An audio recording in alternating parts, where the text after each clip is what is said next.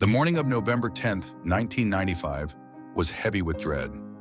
In the humid heart of Nigeria's Port Harcourt military prison, the world's clock ticked forward as the country prepared to execute one of its most powerful voices of dissent. Outside the walls, silence reigned over the creeks of the Niger Delta. Inside, Ken Saro-Wiwa awaited the gallows.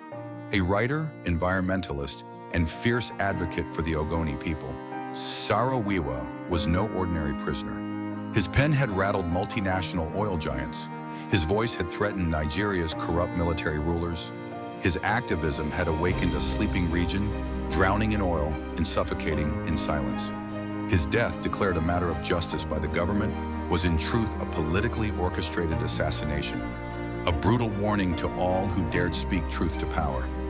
Yet even in death, Saro-Wiwa's message would echo louder than ever. This is the story of how the Nigerian state executed a man, but failed to kill his movement, his mission, and his memory. Ken Saro-Wiwa was born on October 10th, 1941, in Bori, the spiritual capital of the Ogoni people in southern Nigeria. Bright, ambitious, and eloquent from a young age, he attended Government College Umuahia and later studied English at the University of Ibadan. After graduation, he taught briefly before entering the Nigerian civil service. It was during the Biafran Civil War that Saro-Wiwa's political consciousness began to sharpen.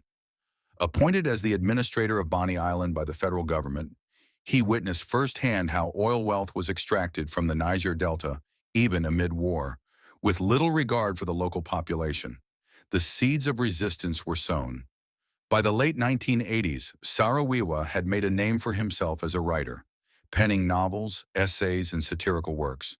His popular television series, Basi and Company, humorously explored the absurdities of Nigerian urban life. But it was the tragedy unfolding in his homeland that truly ignited his activism. The Ogoni people, a minority ethnic group in the Niger Delta, had become victims of what Saro-Wiwa described as environmental genocide. Decades of oil extraction by companies like Shell had left Ogoni land polluted, impoverished, and neglected. Rivers were poisoned, farmland destroyed, and communities economically and culturally marginalized. In response to this environmental and social injustice, Saro-Wiwa co-founded the Movement for the Survival of the Ogoni People, MOSOP, in 1990. The movement was nonviolent but uncompromising, calling for the recognition of the Ogoni's rights to self-determination, control over their natural resources, and environmental justice. The cornerstone of MOSOP's advocacy was the Ogoni Bill of Rights, a powerful declaration that demanded political autonomy and ecological protection.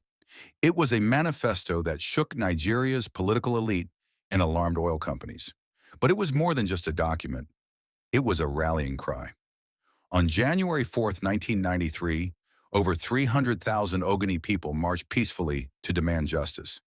It was one of the largest demonstrations in Nigerian history and a testament to Saro-Wiwa's ability to mobilize the masses without violence. MOSOP's actions began gaining international attention. Environmental groups, human rights organizations, and foreign governments started to scrutinize Nigeria's military regime and its relationship with Shell. Saro-Wiwa's campaign was becoming a global movement. Nigeria's ruling military junta, led by General Sani Abacha, was infamous for its brutality and intolerance of dissent. The regime viewed Saro-Wiwa as a dangerous agitator, worse than armed insurgents because his weapon was influence.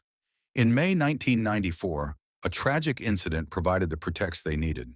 4 conservative Ogoni chiefs who opposed MOSOP's strategies were killed during a riot in Gyoku village.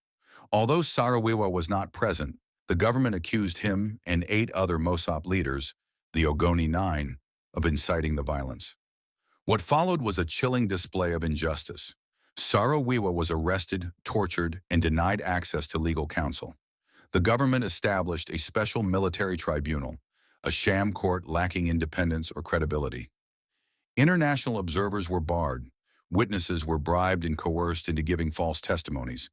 Despite the glaring irregularities, the verdict was predetermined. The trial dragged on for over a year. From his prison cell, Saro-Wiwa continued to write, documenting his suffering and his unshaken resolve. In one letter he wrote, "I am a man of ideas and I do not fear death. If anything, I will die with dignity, fighting for the cause of my people. As the tribunal neared its end, the international community intensified its protests. Leaders such as Nelson Mandela, Bill Clinton, and the Pope urged Nigeria to halt the executions. Human rights organizations warned of dire consequences. Demonstrations erupted around the world, demanding justice for the Ogoni Nine. Even the Commonwealth threatened Nigeria with expulsion, but Abacha was unmoved. Backed by powerful military interests and the promise of continued oil profits, he believed himself untouchable. On November 10, 1995, the verdict was announced. Ken Saro-Wiwa and his co-accused were sentenced to death by hanging. The reaction was swift and furious. Diplomats and activists scrambled to delay the executions, but Abacha was determined to silence Saro-Wiwa permanently. Just hours later, under a veil of secrecy, the executions were carried out. Witnesses later described the scene as botched and horrifying. Some of the men reportedly struggled on the ropes for several minutes. Ken Saro-Wiwa, the last to be hanged, remained calm. His final words were believed to be, "Lord, take my soul, but the struggle continues." Their bodies were buried in unmarked graves. Nigeria's government had turned a trial into a state-sponsored assassination. The executions drew global condemnation. Nigeria was suspended from the Commonwealth. The European Union and the United States imposed sanctions. Shell faced severe backlash, accused of complicity in the events leading to the executions. The company denied involvement, but the evidence was damning. Witnesses in the trial later confessed that Shell officials had been present during interrogations. In 2009, Shell settled a lawsuit filed by the Saro-Wiwa family for $15.5 million, without admitting guilt. Meanwhile, the Niger Delta descended into chaos. Rather than silence resistance, the executions radicalized the region. Armed militancy, pipeline sabotage, and kidnappings became common. The peaceful protests Saro-Wiwa had championed were replaced by cycles of violence and counter-violence. Ken Saro-Wiwa's death was not the end of his story. His writings, including his prison diaries, became sacred texts for activists around the world. His name became synonymous with environmental justice, indigenous rights, and nonviolent resistance. In Ogoniland, his spirit lived on in the songs, murals, and marches of the people. His son, Ken Saro-Wiwa Jr., continued the fight through diplomacy and advocacy until his own untimely death in 2016. Internationally, Saro-Wiwa became a symbol of the fight against corporate and state tyranny. His life inspired books, documentaries, and academic studies. The United Nations Environment Program, UNEP, conducted a groundbreaking study on the environmental degradation in Ogoniland, concluding in 2011 that it could take up to 30 years to clean the region. The world had finally begun to grasp the depth of the devastation and the righteousness of Saro-Wiwa's cause. Today, the creeks of the Niger Delta still flow, carrying the memory of a man who dared to speak when silence was demanded. The oil still runs beneath the soil, but so does the spirit of resistance. Ken Saro-Wiwa once wrote, "The writer cannot be a mere storyteller. He must be actively involved in shaping his society." And he was, not with guns or threats, but with truth, courage, and a pen. They tried to bury his body, but his words, they bloom like wildflowers in polluted fields. His voice, it rises like vapor above oil-slicked waters.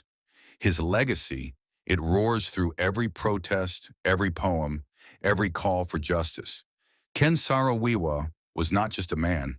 He was and remains a movement. The struggle continues.